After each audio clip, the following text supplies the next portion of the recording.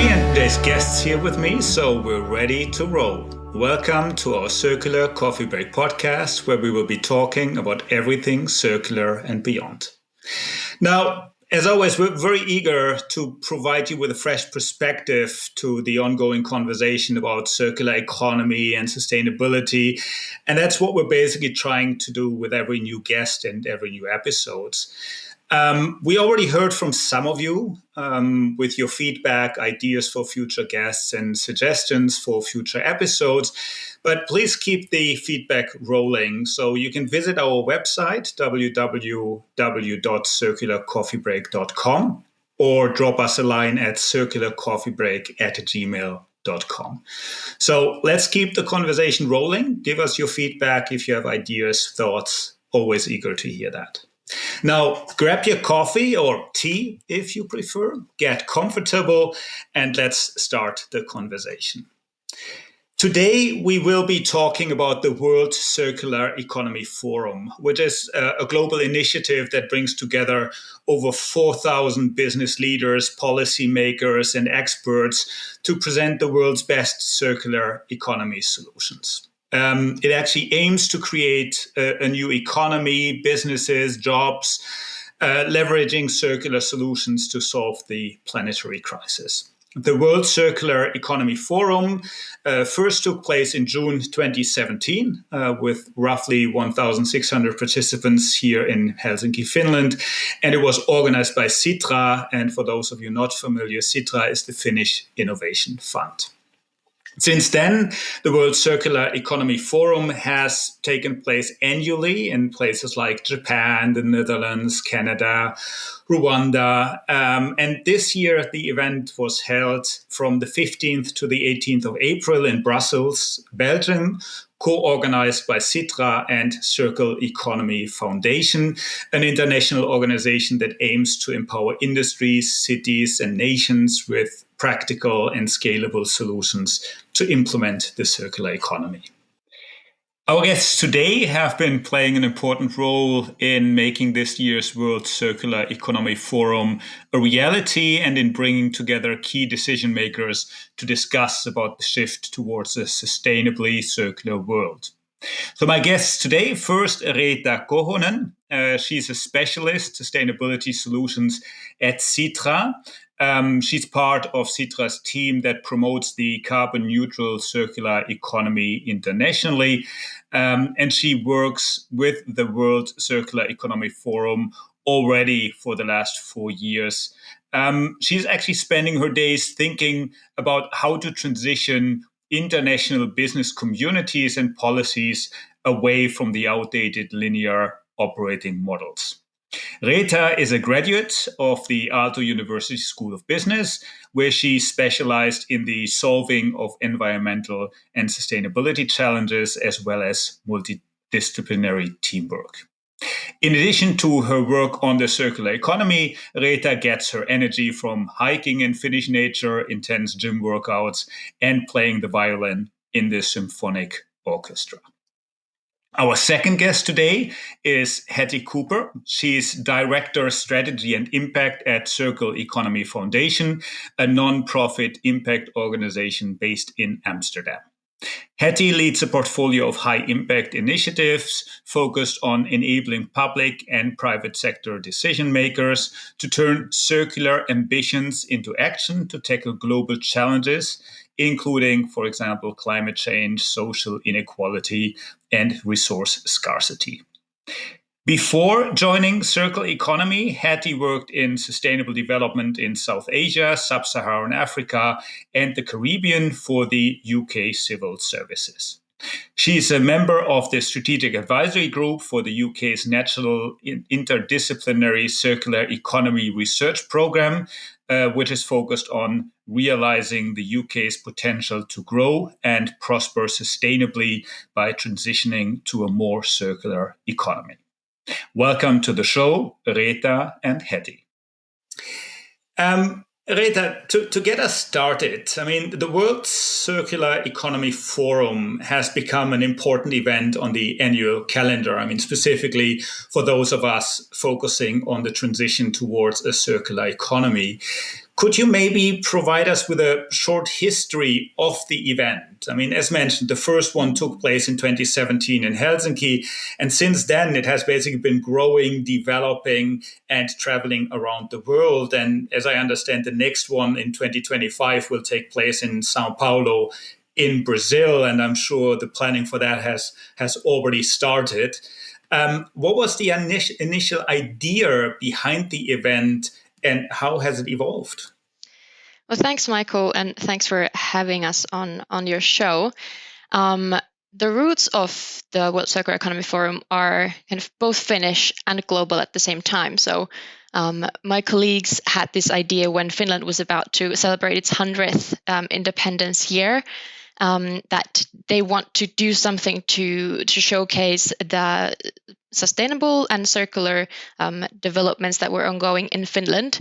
And the timing coincided with the Finnish government actually developing the world's first national circular economy roadmap and strategy, work which Sitra was leading. So therefrom came the idea to bring together the key players and the communities that are already working on the circular economy and basically enhancing that transition. But as I said, the roots are also global and not just to celebrate Finnish, achievements. And it was, as per my understanding, I wasn't working here yet at that time, but the interest was way bigger than my colleagues had expected. And like I think you mentioned, we had 1,600 people the first time coming to Helsinki. So yeah, that was a great success and meant that right the year after we were able to take the forum to the other side of the world, to Yokohama in Japan. And the road has continued ever since. We have a big wait list of countries that want to invite us on their turf and to share the developments in different regions. Well, excellent. Yeah, I still remember the event in 2017. I was lucky enough to actually be there. And I think back then it was actually still new. I mean, it was fantastic to actually have the possibility to discuss with people from other countries around circular economy and people actually understanding what you mean when you say the words circular economy and sustainability. Because back in those days, I think it wasn't as common and as understood as it is today. Now, Hatty, this year, Circular Economy Foundation was a co-organizer of the World Circular Economy Forum in Brussels. And Circular Economy Foundation naturally is really active in the area of circular economy, actually, I guess, globally in Europe and globally. Now, what was the main motivation of Circular Economy Foundation to become part of the event, to become part of the World Circular Economy Forum? Well, hello, everyone. And Michael, thanks so much for having us both on this morning. I think you've summed it up perfectly in saying that in 2017, the whole concept of the circular economy felt like it was relatively new, that it was relatively innovative. And in the past 5 years, we've really seen the volume of discussions, debates, and articles around the topic on circular economy has, quadrupled. But despite this, we also know that circularity has been steadily declining. Through our Circularity Gap report, we've also illustrated in the past couple of years, our global economy has decreased from 9.1% circular to 7.2% circular in the same time frame. And we know that our global economy is consuming faster than ever, 500 billion tons of materials in just 5 years. So despite all of that, what we've also seen is that the topic of the circular economy is growing exponentially in terms of the volume of people that are attending the World Circular Economy Forum, the number of people that are talking about circular economy as a means to achieving a more sustainable world. And I think that's why we really wanted to be part of this debate. And we're really grateful for Sitra to inviting us to the room to be part of this debate in Brussels. Because what Sitra and the World Circular Economy Forum have done so well is bring together policymakers, business leaders, SMEs, and different organizations working in this space to build consensus, because we know that there's an ambition there. We know that there's a lot of appetite to adopt circularity, but we're not seeing that happen on the ground as fast as it needs to happen. And that's why we at Circular Economy wanted to be part of this conversation and also to support the forum in its development. Perfect. Thanks, Hatty. And you mentioned the Circular Gap report. I mean, it's really great to see how that has developed as well. I mean, I remember a couple of years back, it was kind of an insider document that you would discuss in circular economy circles. And nowadays it has actually become, I would argue, a global reference point, and you see it pop up in a lot of discussions where people are referring to it to talk about the development of circularity, but also the gaps that we still see being very wide in many areas. And I think that's also what we're trying to achieve through the Circularity Gap report, is also really break down the complexity behind the circular economy. And translate that into a language that really anyone can pick up the report or look at the insights and understand how it would apply to their sector, to their daily life, to their government policy, and then also take some steps towards helping to accelerate that transition. Yeah, absolutely. Now, you mentioned quite a couple of stakeholders like businesses, regulators, as well as other parties. Reetta, organizing an event of this size, and the World Circular Economy Forum naturally covers a lot of ground, a lot of different topics, has a lot of different speakers from very many areas, from government to businesses to NGOs and so on and so forth. So what were your guiding principles in organizing the event, in setting the themes that you wanted to cover, selecting the speakers to invite, and what were the goals you were looking to achieve? Right, thanks. So while the overall, long-term goal of the forum is to inspire and to keep these conversations going, we naturally each year have shifts to reflect the changing conversations and the continually updating policy space. So maybe the most important thing for us is to remember that the forum is a global platform where our guiding principle really is to involve as many of those international partners as we can and give them ownership of parts of the program. And in a way or other, this is one of the recurring goals. Sitra doesn't dictate the program by ourselves, but we really trust and rely on those partners and alliances across the globe to bring the relevant conversations to the stage for the rest of the world to see.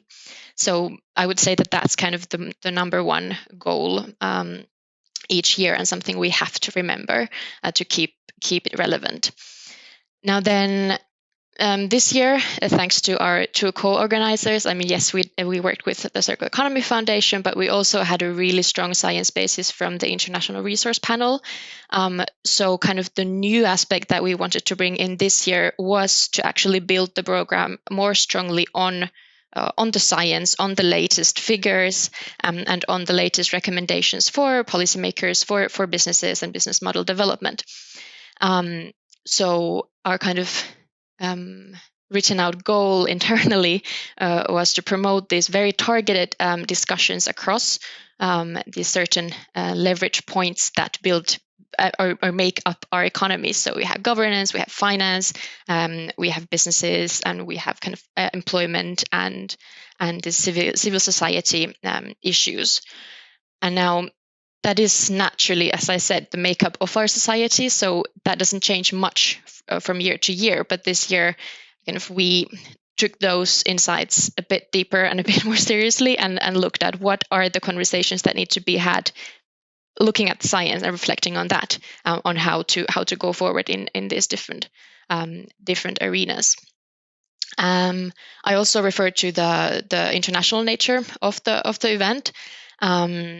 So taking the forum to Brussels right after Helsinki, we had to play this balancing act of how to keep everything and the conversations and topics relevant to a larger audience, now being in Europe twice in a row.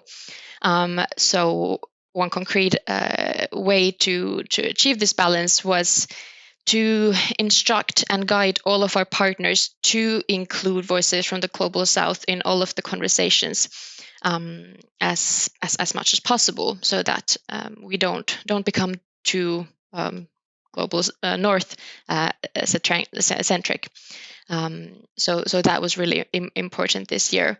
But I keep talking about a balancing act. There are really important elections going on in Europe in this just this June, which is why we decided to host the forum in Brussels right after Helsinki, because Europe is at a crossroads in its sustainability agenda, and we and our circular economy enthusiasts see the need to keep the circular economy on the Commission's and on the Parliament's agenda and not let go of the developments that have been seen in Europe so far. So that's a reason for being and having that presence in specifically Brussels this spring. So all of really big things, important things, but also, as you may know, the WCEF brand, we go for colors, we go for jokes here and there. The final goal is always to keep it inspiring and encourage this kind of participatory spirit for our audiences, enhance and enable networking for as much as possible. So that's a general list of the goals that we were going after this year. Thanks, Reetta. And I think you could see that throughout the panels. The diversity was great to see. I mean, from the different stakeholder groups, but also people from youth organizations, people from governments, from all around the world. So I think it's important to do all of that. And I mean, forums like the World Circular Economy Forum is naturally, to some extent, the official program, but it's also naturally to enable the unofficial discussions, the casual discussions that happen most likely in a coffee break between policymakers from the global south with the global north, youth organizations, and so on. Talking about that, Hatty, looking back at the events, I mean, what were your main takeaways? I mean, anything specific from the various panels, presentations, the face-to-face interactions you took away and you remember of the event? I think maybe building on what you've both said, the forum at large was extremely participatory and very inspiring and extremely energizing. I think that at the moment we're bombarded with negative news, whether it's looking at the climate crisis, looking at current geopolitics. And I really felt in the forum a huge amount of energy geared towards solutions for many of the challenges that governments are facing globally. And building on that, I also think that the representation that was showcased in the various panels, but also in the breadth of topics that we were discussing, from how we finance the circular transition to how we ensure community stability in the face of, mining critical raw materials and the energy transition, really looking at such a broad spectrum of elements of how we integrate the circular economy into a more sustainable future for the globe at large. And for me, I found that extremely energizing. And also, at Circular Economy Foundation, we're talking every day to a lot of people who already have drunk the Kool-Aid when it comes to circular economy. And I also think during the forum, of course, a lot of people in the room believe that the circular economy is the way forward, but some people don't. And I found it, again, incredibly motivating to also speak to those people who perhaps are not so bought into the topic of the circular economy, who don't really understand how it fits within their sector, hoping to convince them otherwise. And I think in terms of kind of the standout elements for me, well, you've also both mentioned it, the networking, the ability to be in the same room as people. I think we're still in the hangover of COVID and the separation that brought. And you can never underestimate what it is just to have 5 minutes having a coffee and talking to your peers. But for me, the two kind of standout topics that really have been rolling around my brain since we left Brussels was, one, talking with the multilateral development banks and other national banks, in that there is a lot of financing available for the circular economy, but there is still a big gap between the money and viable circular projects, and how we bridge those two elements globally. And that's what we at Circular Economy Foundation are working very hard to do with the European Investment Bank, with the Inter-American Development Bank and others. And the second element was the just transition. So how can the transition towards a circular economy is just? And we've talked about the dimensions between what's going on in Europe, what's that legislative environment, the impacts that legislative environment will have on the world, but also how we really bridge the gap and ensure that there is a constant narrative between the developments in the global south and the global north, and also supporting each other in that transition. So for me, those two big elements were so front and center in the forum, and really in the past have been not afterthoughts, but perhaps haven't had the main stage. And I think that was really important for us to highlight those two dimensions. Absolutely. Thanks, Hatty. I think very, very interesting reflections you have there. And I think it's spot on. I mean, it's getting into gear, starting projects, using the money where it has the most impact, and do it in an inclusive and equity-driven way, so that everyone basically sees the upside of this transition and is not left behind. So absolutely. Reetta, from your point of view, any reflections or any key takeaways? Sure, yeah. I mean, thinking of this just transition question is one that also was really stuck with me. And the overall feeling that I have from the big picture of the programs, there were a lot of kind of these, well, unfortunately, juxtapositions sometimes of like, yes, you want to enable the transition, but it's so difficult to make it socially fair when you have increasing, national security questions, geopolitical issues. So several conversations highlighted these discrepancies, if you will. Similarly, well, this is not a new conversation per se, but there were so many comments on the need for policy to take us forward and guide us forward, but we should actually listen to and go after the first movers of the businesses and the entrepreneurs. So that's also one kind of this balance question that keeps coming up and was prevalent throughout the program this year. One more is, I already mentioned this wish for us to enable globally relevant conversations, but then it's so important, but also so difficult to come to global and international agreement on almost any topic, but with the sustainability and circularity questions. While then, when you want to make those developments, you always need to remember the local conditions and the local skills and the local differences and capabilities. So it's a lot of big questions like that that just repeat year after year. But luckily, we did have a lot of case examples from around the world, from businesses, from certain cities, for example, on their urban planning processes, to kind of balance that out and showcase that that change is already happening. But all the while, like I also said, we want to inspire, we want to showcase all the positive things that are already going on.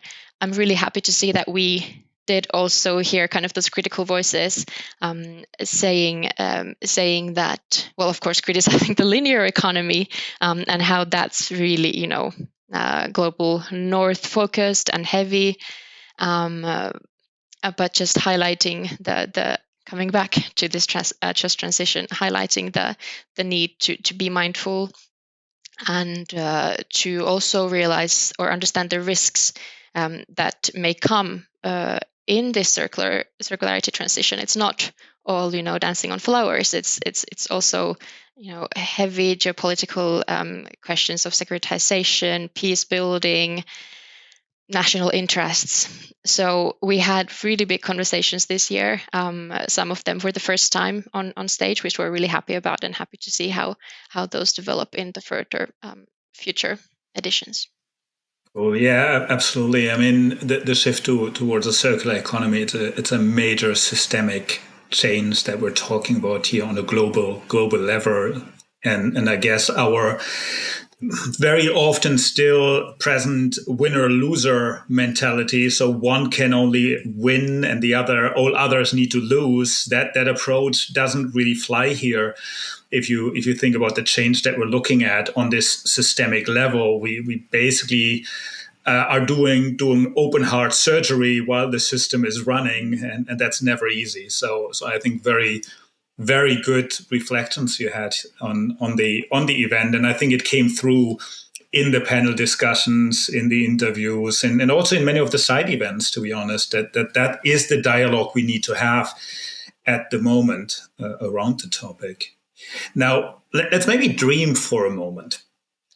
If we look back at the World Circular Economy Forum 2024 in some months, let's maybe say a couple of years, and there would be a headline saying, and this is what the World Circular Economy Forum 2024 enabled, or this is what it triggered. What would you hope that headline would say? What would you like to see as the most significant achievement and most lasting impact from the event? Maybe also based on the discussions you've had at the event. Reetta, what's your thought?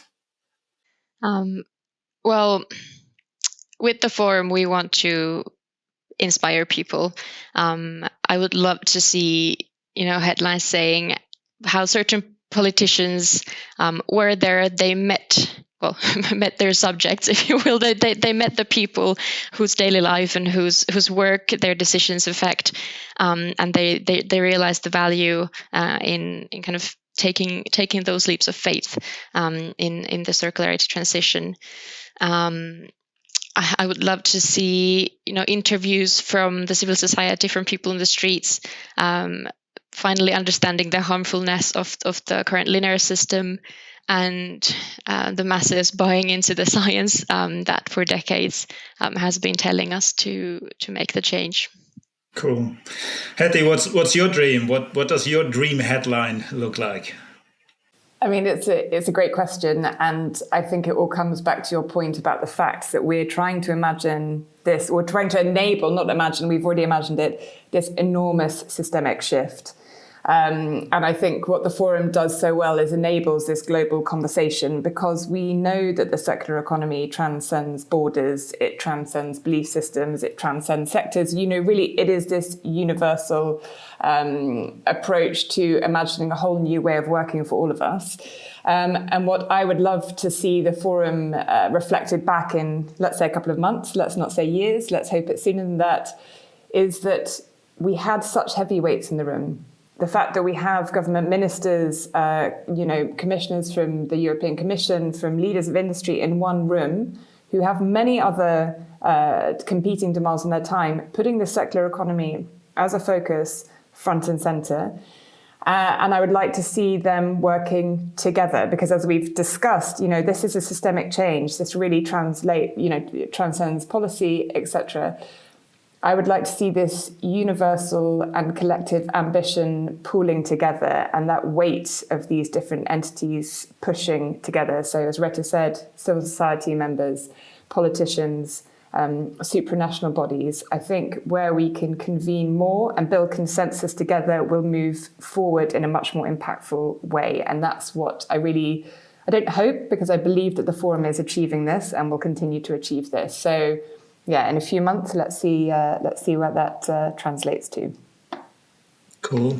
Yeah, no, I fully agree with you on that. I mean, what the forum naturally does is a topic that's normally one among many on the list of politicians and business leaders. It puts the topic in the pool position for a couple of hours, for a couple of days, and basically with that enables a dialogue that otherwise might get lost among all the other topics on the agenda, and hopefully then progresses the topic also going forward. Now, unfortunately, the coffee is empty and it's time to wrap up the episode. But before we leave, Reetta, maybe a question to you. I mean, the forum has been reaching thousands of people. Like in Brussels, you had roughly 1,500 live participants in the room and nearly 10,000 online for the main event as well as the many side events. Now, what's next? I mean, next year the forum goes to São Paulo. What is the long-term vision? Where do you want to develop the World Circular Economy Forum, and what's the big target? The big target is a world where we don't need the forum anymore. The big target is a world that is circular. But we know that that's quite far ahead. So operationally, we are taking 12 months at a time. Of course, we as I said, we do have a long list of countries waiting to host the forum. But on a daily basis, the work continues now to indeed build that next forum in Brazil, in São Paulo, for the first time, jumping onto the Latin American continent, which is really exciting. We'll get to hear many perspectives on economies that have their own characteristics. Now the program planning is in really early stages, but I would imagine that we'll see a lot of conversations about forestry, about bioeconomy, industries that are dominant over there. And we are actually partnering with Fiesp, the Industrial Federation of São Paulo. So I trust that through them and their networks, we'll have an even stronger business and industry representation, both in the participants and in the speakers and the topics that will cover. And well, importantly, the conversation will look a bit more Latin American, with new insights, but the work continues to ensure that it's relevant for a global audience, and that other nations again learn one from the other. I don't know, Hatty, as your organization has worked on the continent, you have a gap report done with them. If you have any maybe expectations for our side as well, like what do you want to see on the stage in a year? Yeah, great question. I think so. Bringing more representation from indigenous groups. So I think in Brussels at the forum, what was fantastic was that we had a lot of very high level representation. And I think what we want to make sure in the forum for next year in Brazil is also marrying all the different dimensions of those representative groups on the stage. And I think we would love to see some more of that indigenous wisdom coming to the stage and represented in Brazil. Thanks a lot, Reetta and Hatty, for joining me today. A really interesting insight into the World Circular Economy Forum, which, as mentioned earlier, I think is one of the top events that basically draws attention to the topic of circular economy and enables conversations that otherwise might not take place. So definitely a very important contributor to our transition to circular economy. Thanks, Reetta. Thanks, Hatty. Thank you. Thanks so much. For all of you listening out there, as always, we hope you found today's episode interesting and inspiring. If you like the podcast, you can help us out growing the Circular Coffee Break community by giving us a 5-star rating and a positive review on Apple Podcasts, Spotify, or whatever other podcasting platform you're using. As mentioned, we're trying to bring the gospel of circularity to more people out there to basically educate and talk about the topic. So would be great if you could help us reach more people and get the message out there. Also, please remember to subscribe to stay in the loop on new episodes. We have a lot of great future guests already lined up. So really make sure that you are there when the episodes drop every 2 weeks. With that, all for me left is to thank you all for listening today, for tuning in, and I'm looking forward to seeing all of you here at the Circular Coffee Break podcast.